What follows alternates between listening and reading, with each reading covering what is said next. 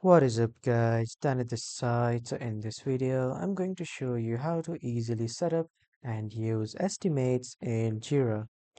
So first, head over to the Jira's official website by just typing jira.com or atlassian.net in your browser search bar and then sign up or log in with your Jira account.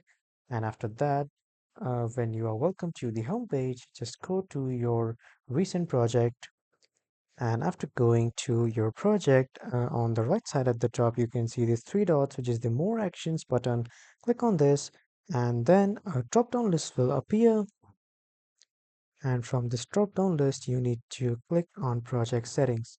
Now, when you have arrived at the project settings on the left side, you can see the option of Features. Click on this Features tab, and then the Features window will open, wherein you need to scroll down a bit until you see the estimation section. And when you see this estimation section, you just need to make sure that this is toggled on or turned on. And here are two options, like if you want to keep the estimations in story points, you can keep this option. And if you want it in times, you can select this one. You can choose it according to your wish and requirements. And this is how you can easily set up and use estimations in Jira. So that was all for this video, everyone. Thank you for watching.